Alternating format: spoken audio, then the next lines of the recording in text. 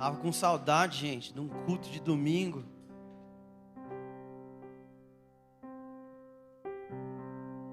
Dois domingos sem vir para a igreja, eu tô meio desviado já, né?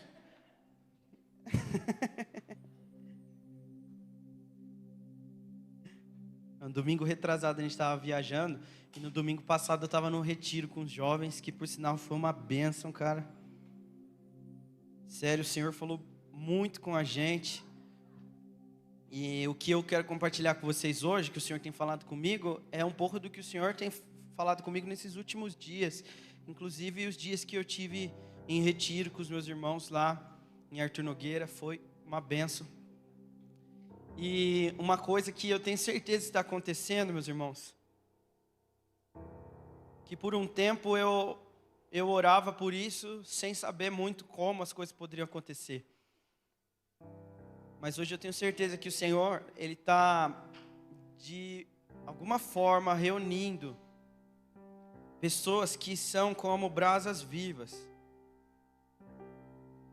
E tem uma profecia de um homem chamado Rick Joyner. Ele profetizou isso em 2002. E ele disse que ele via o Senhor levantar um exército de pessoas que eram como brasas vivas. E ele dizia que essas pessoas, elas teriam dificuldade de lidar com a igreja local, sabia? Interessante isso. Porque ele disse que, muito provavelmente, a maior parte das igrejas locais não iam conseguir dar conta, né? Da chama, do fogo que tinha no coração dessas pessoas. E então, ele faz uma espécie de aviso para a igreja, para saber lidar com essas pessoas, porque essas pessoas são o tipo de pessoas que Deus está escolhendo para liberar os seus propósitos para o fim. E ele disse que essa geração seria uma geração de jovens. Agora, isso era em 2002. Ele dizia que na visão dele, as pessoas mais velhas que ele via ali em 2002 tinham 30 anos. Mas ele disse que muitos ainda estavam por nascer. E alguns ainda eram bebês ou crianças. E eu acho interessante que uma das coisas que ele diz é que essa geração que se levantaria, que Deus já estava levantando lá atrás, há mais de 20 anos atrás, seria uma geração que não teria um rosto para a gente dizer quem é o líder deles, ou um nome famoso para a gente dizer, o avivamento tal foi com o homem tal, mas que seria uma geração sem face, sem nome. E eu creio cada vez mais que o Senhor está fazendo isso. O Senhor está despertando pessoas, independente da idade, mas eu vejo sim o Senhor despertar muitos jovens. E o Senhor está começando a unir essas pessoas. E eu falava com alguns amigos que eu sinto que a nossa casa aqui está passando por um processo que é como se houvesse um copo cheio de alguma coisa, e o Senhor mesmo assim está escolhendo derramar o que é dele, e enquanto Ele vai derramando o que é dele, esse copo cheio de alguma outra coisa vai saindo fora para ficar aquilo que é dele. Então não se assuste às vezes, se você perceber que nós estamos rompendo com coisas que antes eram tão naturais para a gente, ou até se você vê pessoas que vocês estavam acostumados sentando nessas cadeiras não sentarem mais.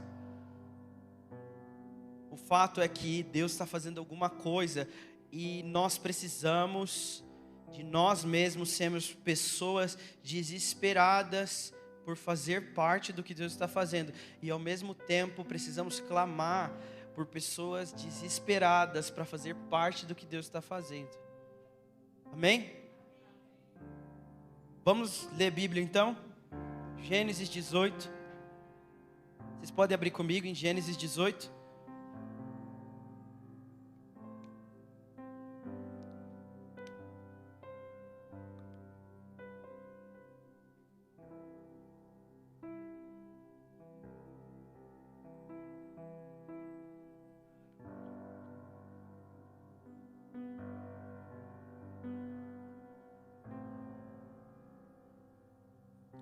Bom, o que a gente vai fazer? O que eu quero compartilhar com vocês nesse momento, nós não vamos, se a gente for ler tudo aqui o que eu gostaria de ler com vocês, a gente precisava de mais tempo do que a gente tem.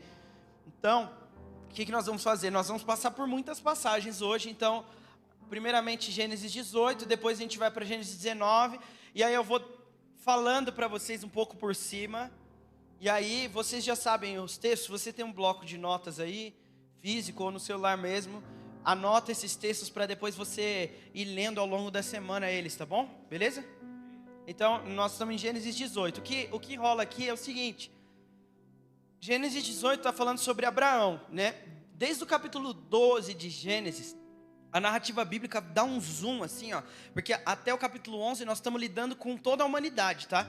E aí, de repente, do capítulo 12 em diante, a narrativa bíblica dá um zoom assim na vida de um homem e a família dele.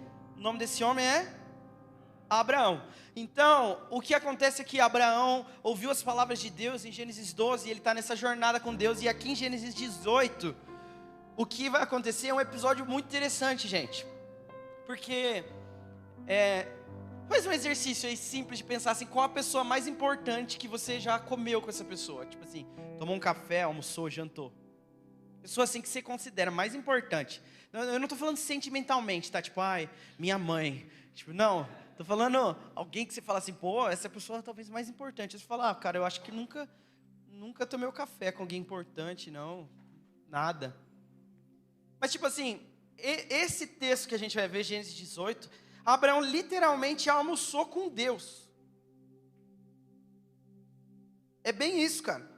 O que acontece aqui, se a gente fosse ler tudo, vocês vão ver que 3 varões, ok? Diga-se, 3 homens, eles vão almoçar aqui com Abraão. E eles chegam. Eu achei engraçado que eu falei, diga-se 3 homens. Eu não estava dizendo para vocês dizerem 3 homens, mas não tem problema. Vocês me pegaram de surpresa, cara. Tá bom, vamos lá agora juntos. 3 homens. Tudo bem. 3 homens almoçaram com Abraão. Foi ele que puxou, né, cara? É verdade. Eu tipo assim, quer dizer 3 homens, entendeu? 3 varões quer dizer 3 homens. Fui mal, perdão. Tá bom, o fato é, 3 homens apareceram para almoçar com Abraão, né? E aí, a gente vai ver que a Bíblia acaba às vezes chamando eles de anjo depois. Mas começa chamando eles de varões ou homens. E aí, só que tem algo peculiar, né? Porque aí, o que a gente vai dizer? Por que é Deus? São 3 homens ali, né? Mas o fato é que esses 3 homens, eles sentam para comer com Abraão, e de repente um deles começa a falar com Abraão, e o autor de Gênesis, ele não diz então o homem disse, ele disse então o Senhor, as palavras todas em maiúsculo, que é referência ao nome de Deus revelado a Moisés, Yahvé. Yahvé disse a Abraão. Então parece que um dos 3 homens era o próprio Yahvé, cara, sentado com Abraão na mesa. Ah, meu Deus. Então, o que eu estava perguntando é que, tipo assim, não importa quem é a pessoa importante que você almoçou, eu acho que não é mais importante do que Yahvé, não é mesmo? O fato é que Abraão almoçou com Yahvé. E aí é interessante, porque o que rola nesse texto aqui, mais do que o almoço, o que mais me impacta é o que vem a seguir. Porque o almoço acaba e depois de Deus fazer promessas para Abraão, a Bíblia diz que os varões começam a ir adiante em direção de Sodoma. E aí o Senhor disse, faria eu isso? Eu destruiria Sodoma sem antes falar com meu amigo Abraão? Então, 2 varões vão até Sodoma, enquanto um varão, ou seja, Yahvé, fica para falar com Abraão. E ele diz e revela seu plano de destruição de Sodoma para Abraão. E aí o que acontece nos versículos finais de Gênesis 18 é um tipo de intercessão, em forma de conversa, de Abraão com o próprio Deus, ok? Por quê? O que acontece, meus irmãos, é que tem uma pessoa importante para Abraão morando em Sodoma. Quem sabe quem é? Ló. Ló está morando em Sodoma. E Deus vai destruir Sodoma. E Ló é sobrinho de Abraão. Então, o Senhor conta isso e Abraão começa a dizer, mas Senhor, Por acaso o Senhor destruiria uma cidade toda, mesmo que houvessem 100 justos nessa cidade? Então o Senhor disse: não, de maneira alguma, se houver 100 justos lá, não a destruirei. E aí Abraão começa, né? Vai nessa, vai e volta. Ele: Senhor, mas se houverem 50, o Senhor vai destruir? E aí Deus fala: não, por amor dos 50 não destruirei. Aí ele fala: Senhor, não fiques irado, mas se tiverem 40, e ele vai até chegar em 10, falando: ó Senhor, não fique irado comigo, mas eu preciso perguntar, se tiverem 10 justos, o Senhor destruiria? Ele disse: se houvessem 10, por amor dos 10 não destruiria. Mas o fato é que Abraão sabe que não tem 10 justos naquela cidade. Então os varões vão adiante, e aí nós chegamos no capítulo 19. Vira a página, meus irmãos. Em Gênesis 19, se a sua Bíblia tem subtítulos, está escrito aí: a destruição de Sodoma e Gomorra. Esses dois varões chegam até Sodoma, mas mesmo assim, antes de destruir a cidade, eles vão e batem na porta de quem? Ló. Então olha só.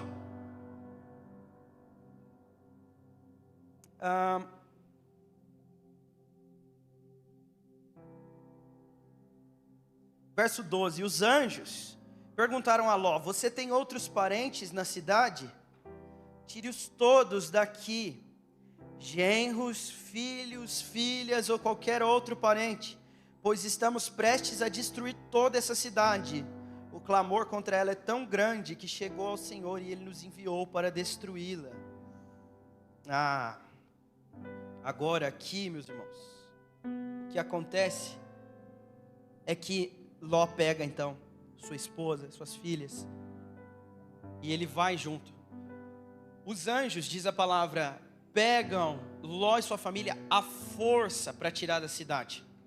Parece que de alguma forma eles têm algum tipo de apego com aquele lugar, que eles não querem deixar aquele lugar de maneira alguma. E mesmo assim, os anjos vão tirando. Só tem uma instrução nesse caminho que os anjos dão à família de Ló. Os anjos dizem: vocês correm e não olhem para trás.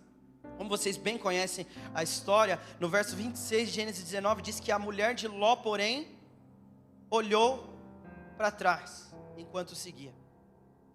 E o texto diz que ela se transformou numa estátua de sal, né? Esse juízo é bem diferente de tudo que a gente já viu, né? Essa é a única pessoa na Bíblia que a gente viu se transformar numa estátua de sal. Mas o fato, meus irmãos, é o seguinte: não tem nenhum mistério por trás da estátua de sal. Se tem, eu desconheço.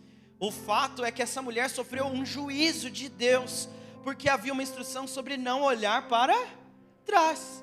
Algo muito simples, né? É óbvio que nós podemos pensar assim: puxa vida, se a minha vida está em jogo e a única instrução é não olhar para trás, isso é tão simples para mim, não é? É só não olhar para trás. Mas eu gostaria de propor para vocês que nesses 2 capítulos que nós acabamos de ver, existe um grande contraste que eu quero usar como pano de fundo para o que nós vamos falar aqui. No capítulo 18 nós temos um amigo de Deus, alguém que o Senhor abriu as portas da promessa e do seu plano para ver. Sabe, o capítulo 12 de Gênesis diz que o Senhor disse a Abraão: Abraão, sai da sua terra, do meio dos seus parentes, vai para uma terra que eu ainda vou te mostrar, porque de você eu farei uma grande nação, por meio da sua família abençoarei todas as famílias da terra. Olha só, o que o Senhor fez para Abraão, nós costumamos deturpar, porque nós achamos que o que Deus está fazendo é prometendo um sucesso pessoal somente para Abraão. E por mais que envolver-se com o plano de Deus, às vezes traz algum tipo de sucesso pessoal, as portas do plano de Deus, quando são abertas, são tão preciosas que impedem aqueles que viram seus amigos de amarem somente o seu sucesso pessoal. É por isso que no capítulo 13 nós vamos ver um embate dos pastores de Abraão com os pastores de Ló. E sabe o que vai acontecer? O que vai acontecer é o que nos mostra claramente a distinção do tipo de pessoa do capítulo 18 de Gênesis para o tipo de pessoa do capítulo 19 de Gênesis. aqueles que viram a promessa de Deus estão aptos a deixar tudo sem olhar para trás. Mas no capítulo 19 nós encontramos um tipo de pessoa que se envolveu com pessoas que viram a promessa e nunca conseguem deixar de olhar para trás. Existem dois tipos de pessoas aparecendo para a gente no capítulo 18 e no capítulo 19. No capítulo 18 nós temos os amigos de Deus, que ouvem os planos de Deus, se envolvem com o próprio Deus.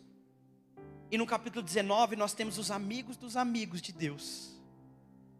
Mas tem um problema, Deus não tem sobrinhos.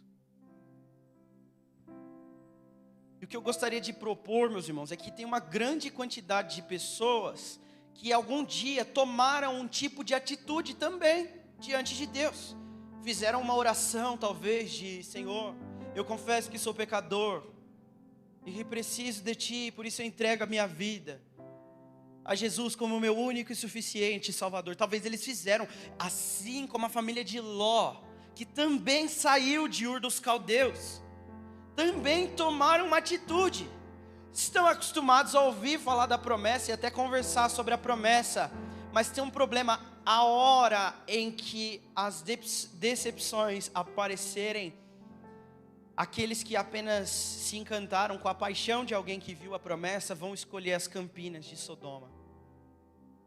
Eu gostaria de propor, meus irmãos, que há entre nós uma grande tentação de nos apaixonarmos pelas campinas de Sodoma. Eu gostaria de propor que mesmo que nós saibamos cantar as músicas gospel, nós ainda nos apaixonamos pelas mesmas coisas que os filhos das trevas se apaixonam. Então a minha pergunta, meus irmãos, é se vocês acham que o que nós cremos é real. Porque se o que nós cremos é real, nós deveríamos de alguma forma dentro de nós ter anseios diferentes daqueles que os filhos das trevas têm.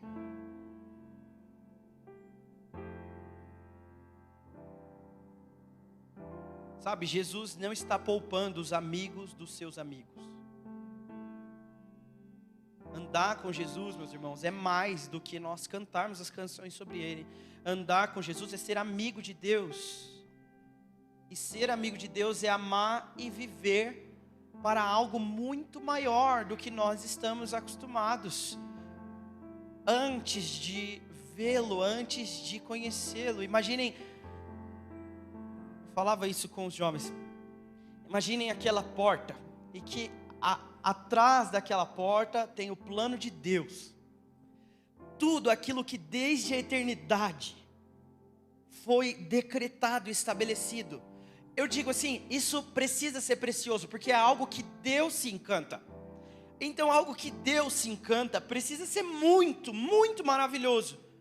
Então esse plano de Deus estabelecido desde a eternidade atrás daquela porta. E o que o Senhor faz com seus amigos é que Ele vai até a porta e abre a porta. E Ele diz: ei, vocês querem entrar? E quando nós vemos aquilo, os amigos de Deus veem aquilo e eles falam: meu Deus, como isso é maravilhoso. O coração arde, assim como aqueles dois discípulos a caminho de Emaús diziam: não ardia, não queimava o nosso coração enquanto Ele falava. Então essa porta do plano de Deus é o que queima o nosso coração, e nós ficamos com o coração apaixonado em chamas. Então nós passamos pela porta e ao olhar para trás, não há mais porta. Não existe mais porta para aqueles que entraram pela porta do plano de Deus. Mas, meus irmãos, o que difere uma geração de pessoas que estão apaixonadas pelo plano de Deus, vamos dizer, uma geração daquilo que Jesus disse que seria a sua igreja em Atos 1, Ele diz: vocês serão minhas testemunhas. A palavra testemunha ali é a palavra mártir. É óbvio que não especificamente Jesus estava dizendo que todo mundo ia morrer, mas Ele estava dizendo que todo mundo estaria apto a morrer por uma mensagem, mais do que por uma mensagem, por um plano, mais do que um plano, por uma paixão consumidora nos corações. Então, essa igreja que nós vemos no livro de Atos, no começo, difere-se muito da igreja que nós vemos hoje. E se nós olharmos para o lado aqui, eu não estou nem falando da igreja geral. Por que é que nós somos tão diferentes e nós somos tão mais apaixonados por aquilo que vem a seguir do que pela glória de Deus que aparece? Por quê, meus irmãos? Por quê? Quando nós olhamos para Abraão, nós vemos esse estilo de vida de alguém todo ferrado. Porque, sabe, esse homem também não era flor que se cheire. Esse homem é alguém que, quando se sente ameaçado, dá a própria esposa para ficar vivo, né? Esse homem é alguém que, além de não ser fiel à sua esposa, porque mesmo que seja a ideia de Sara, vamos combinar que, né, Abraão não estava, tipo assim, se importando tanto com a fidelidade, não é mesmo? Ele não pensou duas vezes em fazer uso da sua escrava, porque lembre-se, ele não foi provavelmente com consentimento da sua escrava. Abraão não era alguém que nós olhamos e falamos, nossa, é por isso que Deus o chamou. Não, na verdade, tudo o que Abraão precisava ser, estava contido no encontro com Deus, e não antes disso. É o encontro com Deus que faz de Abraão quem ele tinha que ser, e não que Abraão era o que tinha que ser, e por isso Deus o encontrou. É por isso que no capítulo 15, nós vemos o próprio Deus passar por uma poça de sangue, em juramento a Abraão, porque se Abraão passasse, ele morreria. Abraão não podia jurar diante de Deus, e é por isso que a palavra nos conta, que quando diante de Abraão, Deus teve que jurar por si mesmo, porque não havia alguém mais por quem jurar. Abraão não era tudo isso, meus irmãos. Tinha algo em Abraão que nos difere da pessoa de Abraão. Hebreus nos diz que Abraão saiu da sua terra e foi em direção, porque via a cidade cujo Deus é o arquiteto. Abraão habitou em tendas, peregrinando pela terra, porque via o plano de Deus. Eternidade é o que tira pessoas do seu lugar, leva elas para onde Deus quiser. Eternidade é o que nos move vou usar a linguagem de Pedro, foi Pedro que disse isso, não fiquem bravos comigo, a vida inútil dos seus pais. Pedro disse isso. Ele livrou vocês da vida inútil dos seus pais. O que é que nos move? Eternidade era o que movia Abraão. Eternidade era o que movia a igreja primitiva.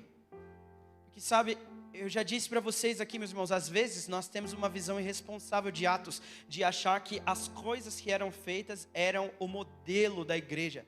O modelo da igreja, eu já disse, para mim o modelo da igreja está em Atos capítulo 13. Na igreja de Antioquia havia profetas e mestres, eles ministravam ao Senhor e o Espírito Santo disse. Esse é o modelo. O que vem depois disso é tudo resultado de pessoas que são governadas pelo Espírito Santo. Então, meus irmãos, o que vai nos diferir é ver a eternidade. Então, nós vamos andar por mais alguns textos. Eu queria que vocês fossem comigo lá em Mateus 19. Porque se nós precisamos falar de eternidade, de vida eterna, nós precisamos ver, e eu vejo nos evangelhos, 3 visões diferentes sobre vida eterna nos evangelhos.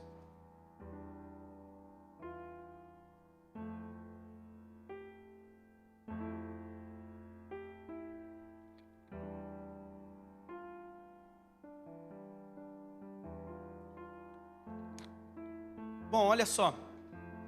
A primeira visão que eu queria ver com vocês sobre eternidade ou sobre vida eterna é como o descrente vê a eternidade. E eu creio que alguns de nós, talvez aqui nessa sala, veem a eternidade dessa forma ainda. Então eu quero que você seja sincero com você mesmo e olhe para o texto e veja se, mesmo que você talvez não diga isso com a sua boca, se no seu coração não é assim que a sua vida é governada. Verso 16, Mateus 19, verso 16. Um homem vê a Jesus com a seguinte pergunta: Mestre, que boas ações devo fazer para obter a vida eterna. Até aqui. Ok? Eu dizia isso com alguns amigos. Eu acho a pergunta dele super justa. Ok? A pergunta desse jovem é o que a gente queria saber, por natureza. Porque se você parar para pensar, religião é algo que existe desde sempre, ok? Historicamente se diz que o ateísmo é extremamente recente. Então, sempre foi comum que não importa o ponto do planeta, em todo lugar existia gente, e onde existia gente, existia religião, não é mesmo? E a religião vem justamente de uma crença padrão. Não importa a religião, crê-se de que existe um Deus ou deuses que criaram todas as coisas, e nós não estamos bem com ele. Ok? Há um Deus e nós não estamos bem com ele. Essa é a crença padrão de religião. E por mais que as predições diziam que talvez a nossa geração fosse uma geração muito mais incrédula, a nossa geração não é nem um pouco incrédula, meus irmãos. A nossa geração, na verdade, é bem religiosa. Nós somos cheios de religiosidade. E nós somos igualzinho esse jovem aqui. Porque a premissa da religião é: Deus existe, nós não estamos bem com Ele, então nessa vida é bom que eu possa realizar algo que me ponha em ordem com Deus. Essa é a crença padrão de toda religião. Deus existe, as coisas não estão boas, precisamos realizar alguma coisa para que as coisas fiquem bem entre nós e Deus. Então a pergunta desse jovem é bem justa. É o seguinte: Jesus, o que eu posso fazer de bom para não ir para o inferno? E talvez muitos de nós estão aqui sentados porque tem medo do inferno. Estão pensando, sabe, vai que um dia eu aprendo o que eu faço para não ir para o inferno. Essa é a visão do descrente sobre a eternidade. A eternidade é um escape. A vida eterna é um escape da punição eterna. A visão do descrente. Então, a pergunta dele, ela já é travada por Jesus em uma outra pergunta, né? Geralmente, quando Jesus responde uma pergunta com outra pergunta, é lapada, irmão. É pesado. Então, esse jovem chega a Jesus: que boas obras devo fazer para obter a vida eterna? E aí Jesus vem e fala: por que você fala do que é bom, se você sabe que só há um que é bom? E parece que a resposta de Jesus não bate muito com a pergunta, mas preste atenção, Jesus está combatendo o orgulho desse jovem rico e descrente, porque o orgulho dele lhe faz perguntar com a própria resposta. Sabe quando chegamos para Jesus com uma pergunta que em nós já há a resposta para isso? Vocês querem ver lá primeiro? Está todo mundo olhando lá. Beleza? Estão comigo de novo? Ok, vamos lá. Seguindo. Estão comigo? Vocês estão com medo de mim? Não fica com medo não. Eu só preciso que vocês prestem atenção. Bíblia aberta e vamos lá. O jovem rico está agora, nesse exato momento, diante de Jesus, podendo lhe perguntar qualquer coisa, e a pergunta dele é bem justa: como eu faço para não ir para o inferno? E Jesus lhe responde: por que você me fala do que é? Ninguém vai me responder mais. Por que você fala do que é bom? A resposta de Jesus combate o orgulho do jovem rico ao dizer que sim, existem boas obras que eu posso realizar. Jesus está dizendo: você fala do que é bom como se pudesse fazer o que é bom. Essa é a visão do descrente sobre a eternidade. A visão do descrente sobre a eternidade é: se eu conseguir ser mais bom do que mal, ao fim da minha vida o Senhor vai balancear as minhas obras e eu vou chegar a um lugar de salvação. A visão do descrente sobre a eternidade é: se eu fizer coisas que não são tão ruins, o Senhor vai levar isso em consideração ao final de tudo.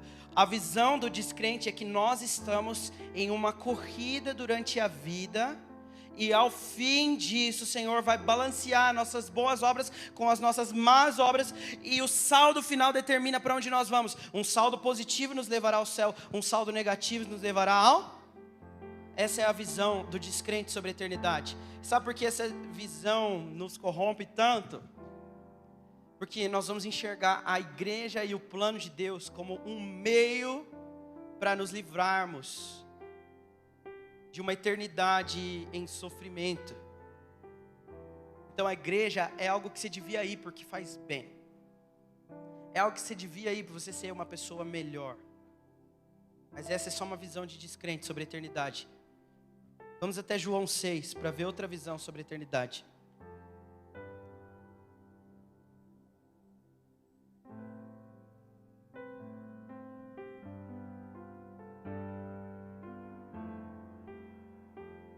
Verso 60, vamos comigo, meus irmãos. Verso 60.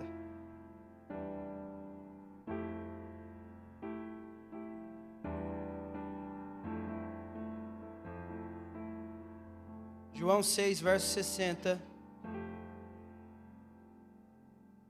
Diz a palavra assim: muitos dos seus discípulos disseram, sua mensagem é dura. Quem é capaz de aceitá-la? Bom, o que acontece aqui é, Jesus acabou de pregar algo muito difícil para os seus ouvintes. E o que começa a acontecer é que as pessoas começam a ir embora. Jesus começa a ficar sozinho. A mensagem dele é dura. Então os discípulos falam, mestre, sua mensagem é dura. Quem é capaz de aceitar isso? Aí Jesus fala, isso ofende vocês? Então o que é que vocês vão pensar quando o Filho do Homem subir aos céus, onde ele estava antes? Aí Jesus traz informações muito importantes para nós. Verso 63, somente o Espírito dá vida, a natureza humana não realiza coisa alguma. As palavras que eu lhes disse são Espírito e vida. Então olha só, aqui nós temos os discípulos ouvindo tudo isso.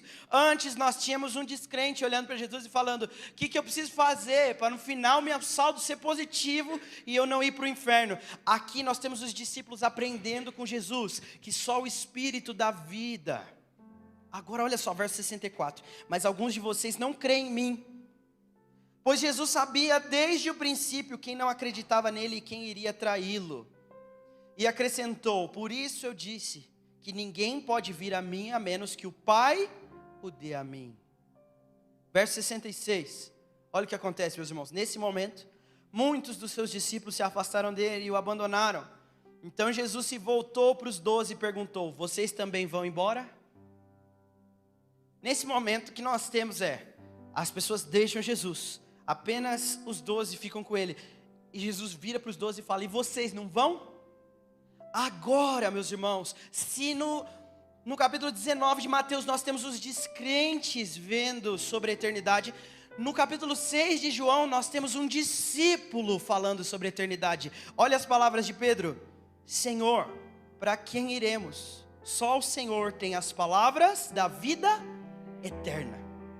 Aqui a visão é diferente, porque o que nós temos antes é um descrente, alguém que não segue a Cristo. Olha como ele pensa sobre a eternidade.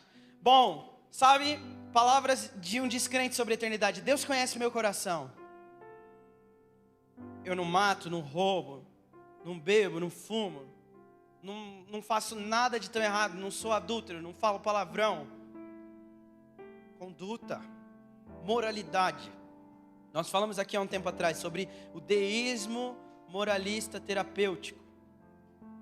Nós acabamos cultivando essa visão para dentro da igreja, que talvez descrentes podem ir ao céu se não fossem tão maus assim. Mas em João 6 nós já temos um discípulo falando sobre vida eterna, alguém que ouve as palavras de Jesus, e a conclusão daquele que tem acompanhado Jesus é que vida eterna de fato não pode ser obtida por meio do que eu faço. Então a conclusão do discípulo é, vida eterna, se tem vida eterna, tem nas palavras desse homem. Nas palavras de Jesus tem vida eterna. Então a visão de eternidade, até agora nós vimos um descrente pensando sobre a eternidade. Ele pensa que se ele não for tão mal, se a conduta dele não for tão mal, ele pode obter a vida eterna. Nós temos um discípulo que já entendeu que nele não há nada que possa conquistar a vida eterna, mas que nas palavras de Jesus está a vida eterna. Então eu quero que vocês passem algumas páginas comigo e vamos para João 17, porque agora nós já vimos o descrente e o discípulo, mas é hora de ouvir o que o mestre diz sobre vida eterna. João 17, verso 1. Depois de dizer todas essas coisas, Jesus olhou para o céu e orou: Pai, chegou a hora, glorifica teu filho, para que ele te glorifique, pois tu lhe deste autoridade sobre toda a humanidade. Ele concede a vida, o que, meus irmãos? Vida eterna a cada um daqueles que lhe deste. E a vida eterna é isto. Meus irmãos, o que vai vir agora é o que sana a dúvida de um incrédulo e é o que completa o desejo ardente de um discípulo. Na sua oração final, Jesus diz: a vida eterna é isso, conhecer a ti, o único Deus verdadeiro, e a Jesus Cristo, a quem enviaste ao mundo. Meus irmãos. Meus irmãos, vida eterna é o que moveu Abraão. Vida eterna é o que fez uma comunidade como a igreja de Atos viver como viveu.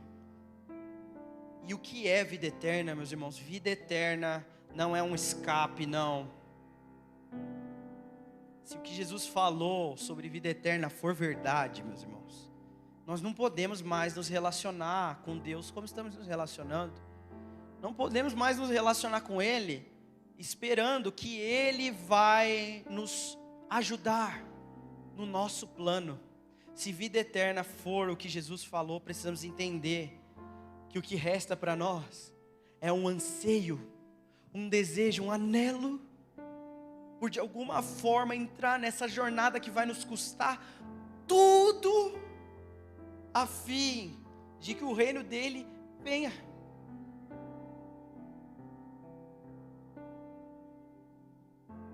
Na tradição da igreja, cria-se que no momento do martírio de um homem ou uma mulher, era o ápice de revelação que um ser humano podia ter. Cria-se na igreja que existia um nível de revelação de Deus que só um mártir, no momento da sua morte, conseguia ter. Eu não sei como é, mas quando nós vemos em Atos 7, Estevão não viu seu pai e sua mãe passar diante dele, ou pequenos vídeos sobre a sua vida. Já dizia CPM 22, né? 1 minuto para o fim do mundo. Toda a sua vida em 60 segundos. No caso de Estevão, meus irmãos, ele viu algo. Ele viu o Filho do Homem sentado à destra de Deus.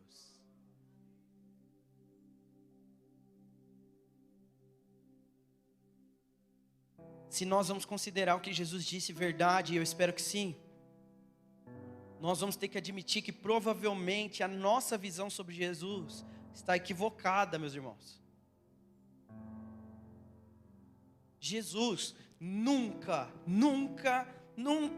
escondeu em suas palavras o fato de que caminhar com Ele é uma jornada difícil. Na verdade, Ele usava palavras a todo momento para nos mostrar que caminhar com Ele é algo árduo, difícil. E desde o início, Jesus não poupou em sua vida aqueles mais próximos deles. Ele passou por vergonha, desprezo, mas aqueles que estavam perto dele também passaram. Agora nós não vamos conseguir abrir todos os textos, então se você vai anotar, agora é o momento. Se nós olharmos para toda a jornada dos evangelhos, nós vemos em Mateus 1, Maria, mãe de Jesus, como é que o Filho de Deus escolheu vir ao mundo, causando vergonha para uma jovem virgem. Porque é fácil para nós olharmos para Maria hoje e falar, poxa, que mulher maravilhosa. Nossa, que bênção, que honra que Maria teve. É verdade, agraciada ela é.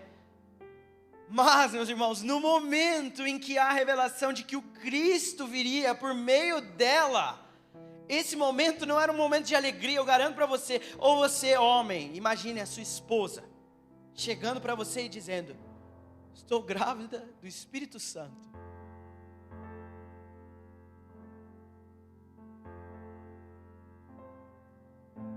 O próprio Jesus em João capítulo 7 é ridicularizado por seus irmãos. Exatamente isso. Em sua casa, chega o momento das festas das cabanas, eles precisam subir para Jerusalém. E sabe o que os irmãos falam para ele? Ei, por que você não vai e sobe? Você não é um Cristo? Porque quem é famoso desse jeito não fica aqui. Por que você não sobe para Jerusalém? E o texto diz, eles falavam isso porque nem mesmo seus irmãos criam nele. Então, eu não sei que tipo de evangelho você está esperando, mas o seu mestre, ou seja, aquele que te ensina como viver essa vida, foi um homem de dores, que em sua própria casa não tinha admiração dos seus irmãos. Em Mateus 4, o Senhor começa a chamar os seus discípulos, ele chama primeiro Pedro e André.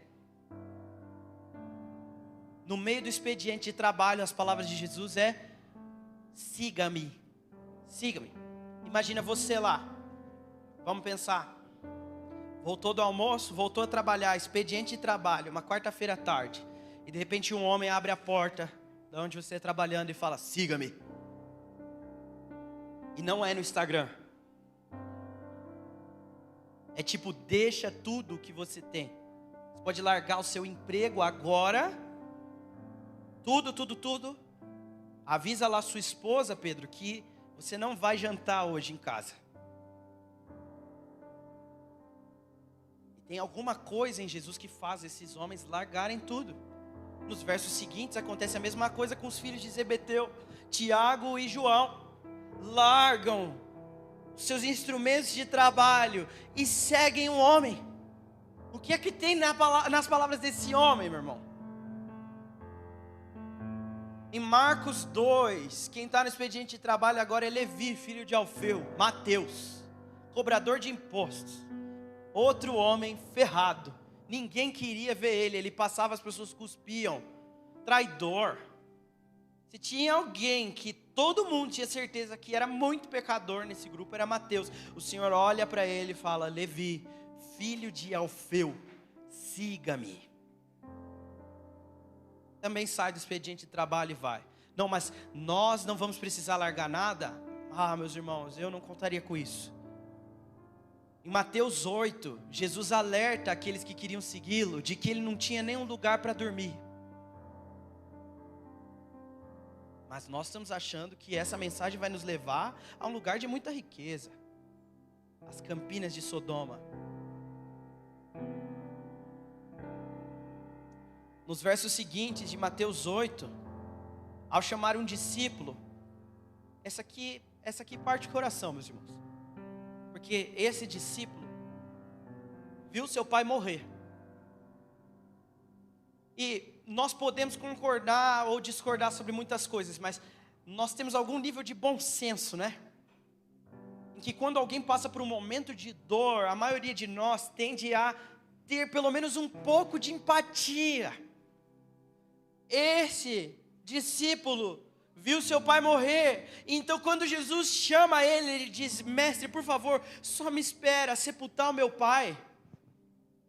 O Senhor Jesus olha para ele e diz, deixe que os mortos sepultem os mortos. Esse Jesus é o seu mestre.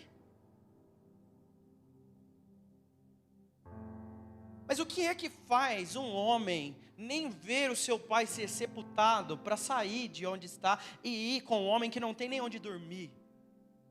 Vida eterna. Em Lucas 14, uma multidão para ouvir Jesus.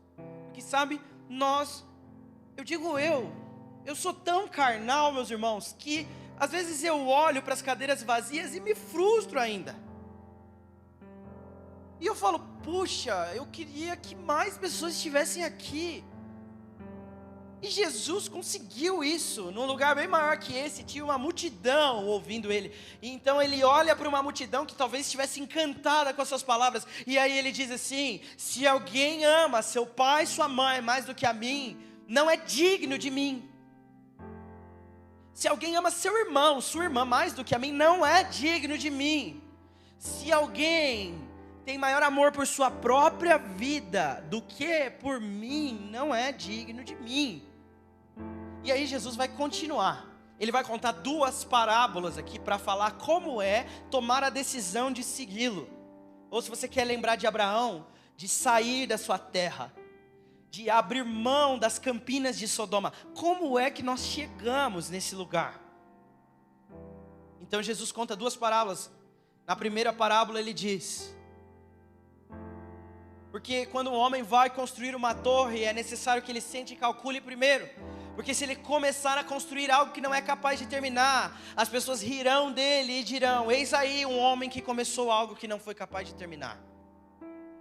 Na segunda parábola, Jesus vai no mesmo sentido, mas ele conta outra história diferente. Ele fala que é semelhante a um rei que tem um exército menor e sabe que vai perder, e em vez de lutar, escolhe se render.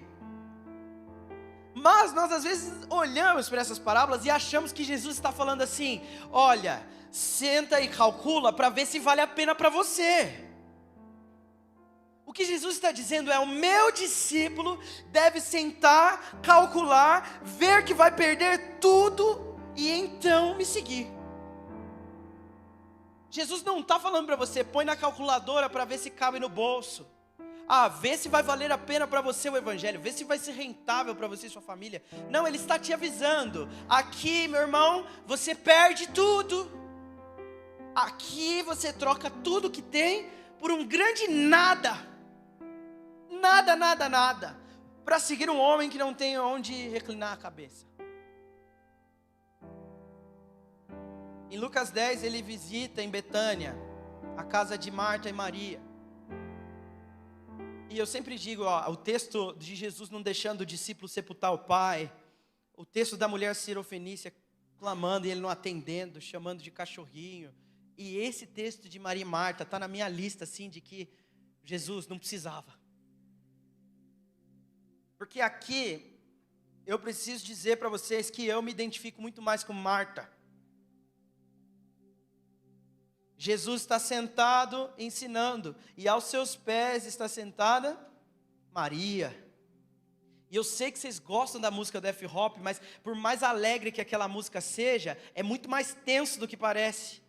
Sentar aos pés de Jesus, às vezes tem a ver com deixar coisas que as pessoas aplaudiriam você por fazer, como Marta. Marta está fazendo tudo acontecer, meus irmãos.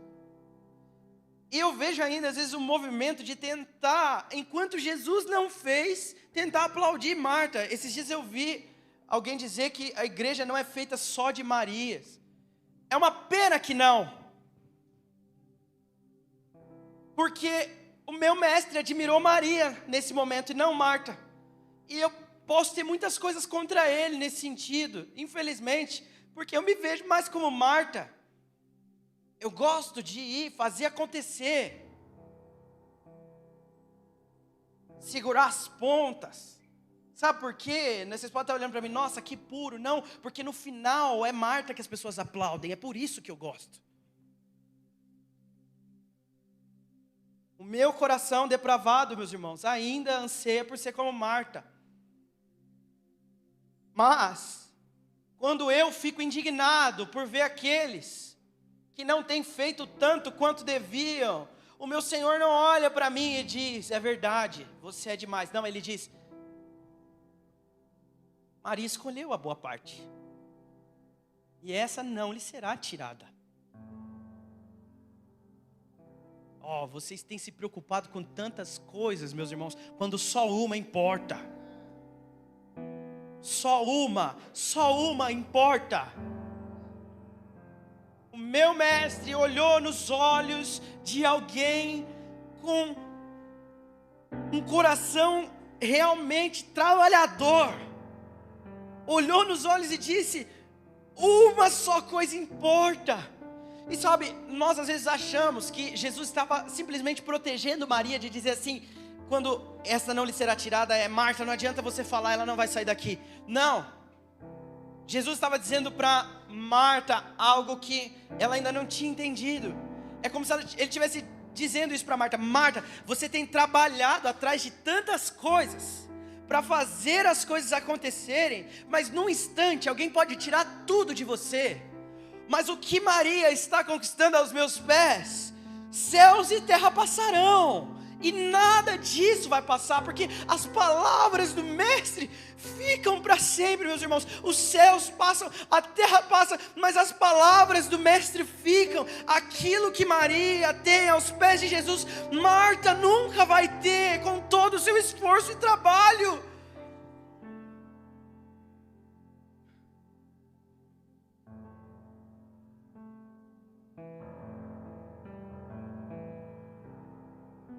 Em João 3, o Senhor encontra um homem muito inteligente, um homem que sabia muitas coisas, mas ele sabia tanto que o Senhor teve que questioná-lo sobre sua inteligência. Ele disse: Nicodemos, você é mestre e não entende. Meus irmãos, vocês já pararam para pensar que nós estamos nos tornando mestre daquilo que Jesus não se importa? Nós estamos nos acumulando de tantas coisas, que nós vamos chegar diante dele e ele vai dizer: você buscou tanto e não sabe nada.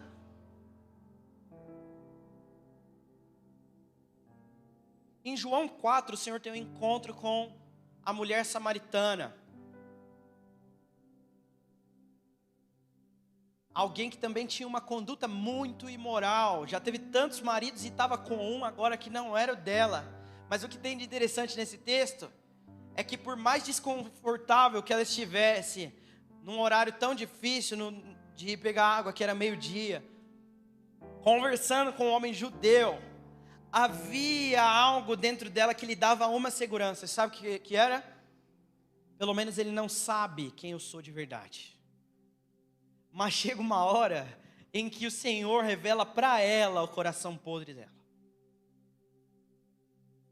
E a resposta dela é: uau, você é profeta.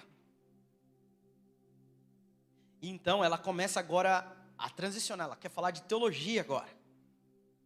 Então, já que você é profeta, diz aí, o monte certo é o que os judeus estão adorando ou o que os samaritanos estão adorando? Jesus confirma, ele fala: o monte certo é o dos judeus.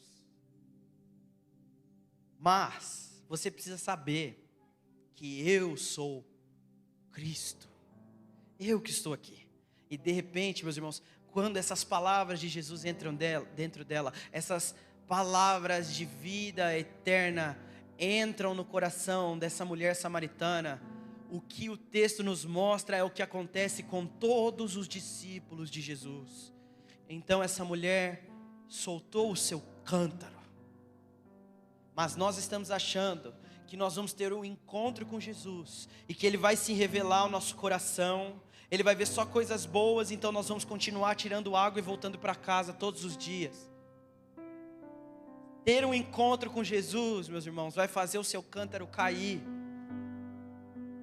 E se você de fato se apaixonar pelo que Ele mostra, o que vai acontecer, meus irmãos, é que você vai voltar e você não vai ter outras palavras na boca a não ser: vejam, encontrei um homem que tem dito tudo o que tenho feito. Será que ele não é o Cristo?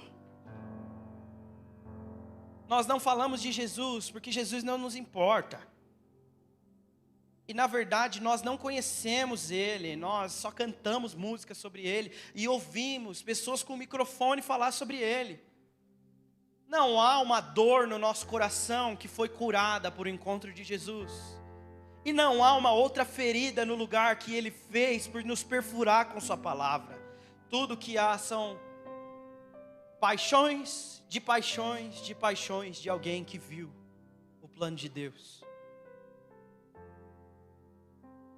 Mateus 12, Jesus diz que a sua família mesmo são pessoas obedientes ao Pai. Em Mateus 13, ele diz que o reino tem a ver com vender tudo por causa de um tesouro. Mas a seguinte, que é semelhante à primeira, Jesus contra duas parábolas. A segunda é melhor para mim. Porque a segunda ele diz que é semelhante a um vendedor de pérolas que encontrou uma pérola de grande valor. A Bíblia diz que ele vendeu todas as outras pérolas para ficar com uma só. Esse homem, ele não só perdeu as pérolas, ele perdeu a profissão. Ele não tem mais pérolas para negociar, meu irmão. Esse homem não quer mais vender pérolas. Esse homem encontrou uma pérola, só uma, com um valor inestimável que valia mais do que tudo que ele podia ter realizado até ali. Em Mateus 16, Jesus disse que qualquer um dos seus discípulos, todos vão ter que negar a si mesmo, seguir ele e carregar a sua cruz. Uma vez eu vi alguém falar que essa cruz tem rodinha, que ela é fácil de carregar. Eu acho engraçado como nós queremos mudar as palavras de Jesus para caber no nosso estilo de vida carnal. Jesus disse, antes de dizer sobre a cruz, disse que seu discípulo deveria negar a si mesmo. Negar a si mesmo. A cultura atual diz, você precisa acreditar em si mesmo. Jesus está dizendo, você precisa negar a si mesmo. E ele fala, você vai ter que vir após mim. Jesus, você entende que ele não está falando de uma cruz literal, não é mesmo? Você entende que ele não está falando de pegar uma cruz de madeira e andar por aí, para todo lugar com essa cruz. Então você precisa entender o que Jesus quer dizer como um todo, já que ele está usando uma linguagem simbólica. E é muito claro, meus irmãos, ele está dizendo, o meu discípulo precisa começar a negar a si mesmo, para poder viver como eu vivo. Negar a si mesmo, vir após mim e carregar a sua cruz. Senhor Jesus tem um ponto muito claro, a gente não precisa de nada muito mirabolante para entender o que ele está falando. Ele está dizendo, você quer saber como é ser o meu discípulo? Olhe para a minha vida, veja se a sua tem parecido em algum aspecto com isso. Jesus era um homem de dores. No Antigo Testamento, o capítulo mais cristológico da Bíblia, Isaías 53, nos mostra o servo sofredor. É assim que o Antigo Testamento denomina o Messias, em seu primeiro advento, a sua primeira vinda. O servo que sofre. E ele está dizendo, aquele que quer ser meu discípulo, tem que vir após mim, negar a si mesmo e carregar a sua cruz. Se você é um discípulo de Cristo, meu irmão, você precisa entender que isso faz parte dessa caminhada. Em Lucas 13, Jesus fala que quem não se arrepender vai morrer. Pode ler lá, Lucas 13, 1 ao 5. Parece um terrorista, mas é só Jesus. Lucas 13, 22. Jesus diz que a salvação é uma porta bem estreita, que muitos não vão entrar. Eu não quero desencorajar vocês. Não, eu quero encorajar vocês a viverem o verdadeiro evangelho. O meu chamado aqui, meus irmãos, é pregar o evangelho de tal forma que os falsos crentes se sintam desconfortáveis. Que o Senhor me livre de pregar uma palavra em que os falsos crentes fiquem confortáveis. Essa é a verdade. A salvação não é uma porta larga, não, meu irmão. É uma porta bem estreita que Jesus disse que sim, muitos não vão passar. Mateus 18. Jesus diz que aquele que quer ser maior no reino deve ser o mais humilde. Humilde, essas são as palavras de Jesus mesmo. Aquele que as pessoas não olham e falam, puxa, esse cara é embaçado. Não, Jesus disse, o maior no reino é o mais humilde. Aquele que as pessoas olham e falam, nossa, coitado. Por isso que Jesus começa o sermão dele dizendo, bem-aventurados os pobres, os que choram, os que têm fome, os que têm sede.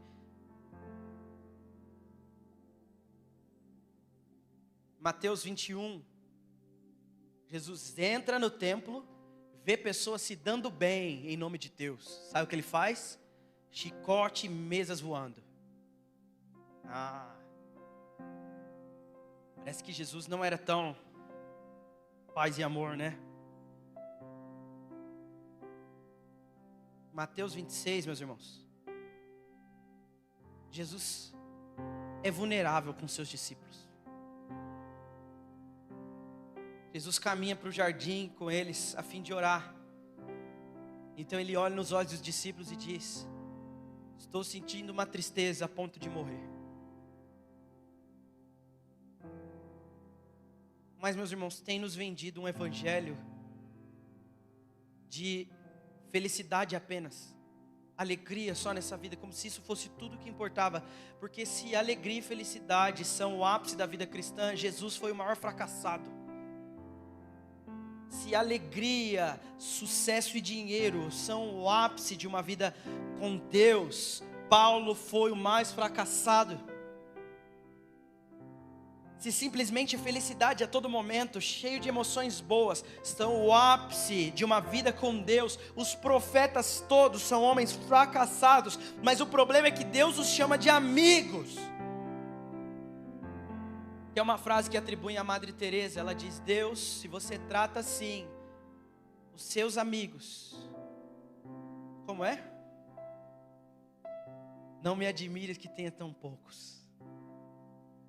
Exatamente. A coisa mais óbvia, meus irmãos, a respeito de nós aqui, é que ser discípulo de Jesus significa viver como Ele, não é mesmo? Mas nós temos nos parecido muito com Ló e sua família. Todas as vezes que temos um atrito entre nós, buscamos as campinas de Sodoma.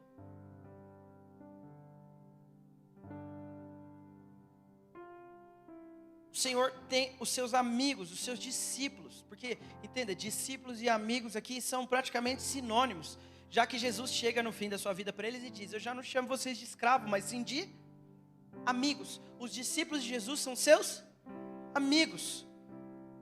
Então, ser um amigo de Deus vai sim implicar, meus irmãos, em deixar muitas coisas. Sim, meus irmãos, a vida de riqueza que você está pondo na sua resolução, o luxo e a ganância do seu coração é carnalidade, sim. Alguém precisa te dizer isso. Se no fundo do seu coração tudo que você deseja é uma vida confortável e cheio de acumular coisas, você é alguém que está vivendo para a carnalidade do seu coração. Mas os discípulos de Jesus têm algo em comum, meus irmãos. Quando eles dão de frente com o Mestre, eles param de amar o mundo. Todos. Mas por que nós ainda amamos o mundo, meus irmãos? Era o meu plano chegar nesse final agora e ler o capítulo 2 de 1 João com vocês, mas não vai dar tempo. Então vocês leem depois o capítulo 2 inteiro de 1 João. Vocês vão ver o apóstolo João dizendo, começando sobre confissões de pecado. Então ele diz: filhinhos, eu digo isso para que vocês não pequem, mas se vocês pecarem, vocês têm um advogado junto ao Pai. Ele continua a dizer, ele vai chegar num ponto de dizer: porque nós precisamos andar em luz, porque aquele que afirma estar no Filho, mas não anda como ele andou nessa terra, não está no Filho. São as palavras do apóstolo João. Duas ou uma, meus irmãos: ou nós não cremos no apóstolo João, ou tudo que nos resta agora é arrependimento. Porque nós precisamos admitir que nossa vida ainda não tem se parecido com a de Jesus. E tudo bem se ela ainda não tem se parecido com a de Jesus, mas o seu coração já é dele e ele está discipulando você. Mas o problema é que nós estamos tudo bem com isso. Nós estamos ok com isso. Mas Jesus não está ok com isso. Então o apóstolo João continua a dizer: nós não amamos o mundo. Que aqueles que amam o mundo, eles não são amigos de Deus. E ele vai chegar ao fim do capítulo 2 dizendo, verso 28, filhinhos, permaneçam nele, para que quando ele se manifestar, tenhamos confiança e não sejamos envergonhados diante dele na sua vinda. Sabe qual é a maior vergonha da sua vida, meu irmão? A maior vergonha que pode acontecer na sua vida não é você chegar dentro de casa e os seus familiares não olharem com orgulho de você. Essa não é a maior vergonha. A maior vergonha da sua vida não é ter uma doença que vai te matar. Não. A maior vergonha da sua vida também não é ficar sem dinheiro. A maior vergonha que você pode passar é chegar diante dele sem conhecê-lo e sem ser conhecido por ele.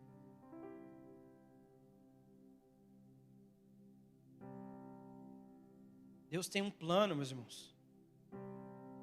Ele quer envolver os seus amigos nesse plano. E Ele vai envolver os seus amigos nesse plano. Ele quer unir os seus amigos antes de concretizar esse plano. Ele está amadurecendo os seus amigos por meio da comunhão.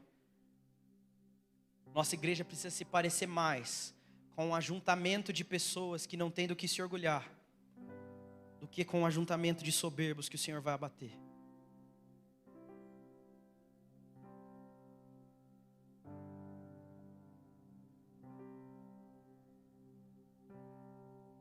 Ó Espírito Santo, será que o Senhor pode vir nesse lugar agora e nos encontrar, Senhor? Ó Espírito Santo, será que você pode, por misericórdia, Senhor, nos abrir a porta do plano de Deus?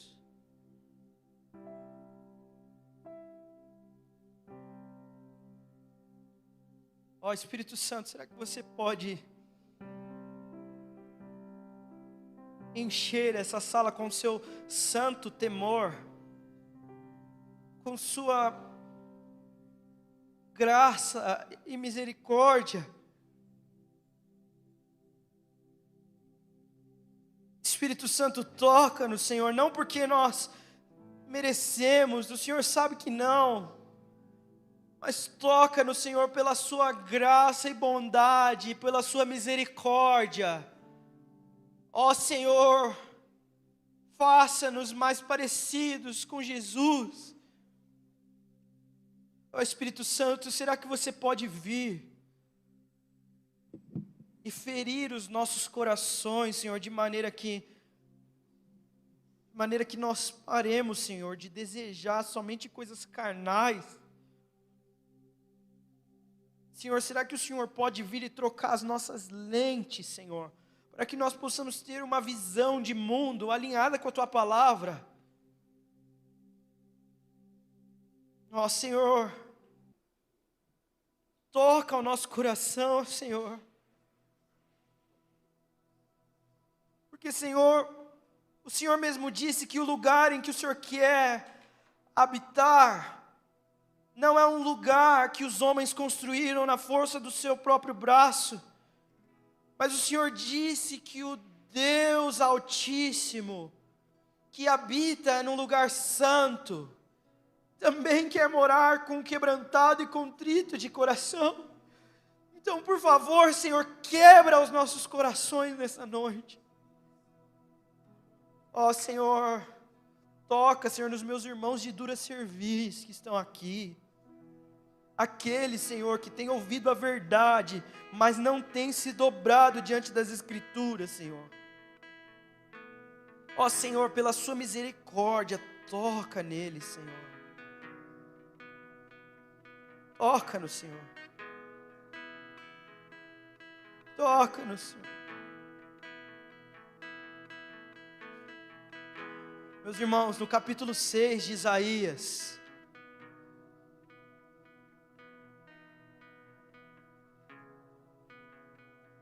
o profeta Isaías tem uma visão magnífica do Senhor sentado num trono alto e sublime. E sabe, ele vê anjos ao redor do trono cantando: Santo, Santo, Santo é o Senhor dos exércitos, toda a terra está cheia da sua glória. As suas vozes sacudiam o templo, o edifício se enchia de fumaça. Mas, meus irmãos, sabe o que Isaías disse nesse momento? As palavras de Isaías não foram: uau, que lindo. As palavras de Isaías foram: ai de mim, estou perdido. pois sou um homem de lábios impuros e vivo no meio de pessoas de lábios impuros, mas os meus olhos viram o Rei. Meus irmãos, o que o Senhor vai fazer em nós não é por meio da força do nosso braço, meus irmãos. A revelação que nós teremos dele não é porque nós temos boa teologia, não é porque nós cantamos músicas boas, não é porque nós fazemos sala de oração também. A revelação de Deus e o toque de Deus não virá porque somos puros, mas o toque de Deus virá para nos purificar, sim. Porque um dos serafins voou na direção de Isaías, trazendo uma brasa ardente, tocou nos lábios dele e disse: veja, essa brasa tocou seus lábios e sua culpa foi removida, seus pecados foram perdoados. Meus irmãos, a distância de onde nós estamos para onde devemos estar não está na força do seu braço, mas está a um toque genuíno de Deus.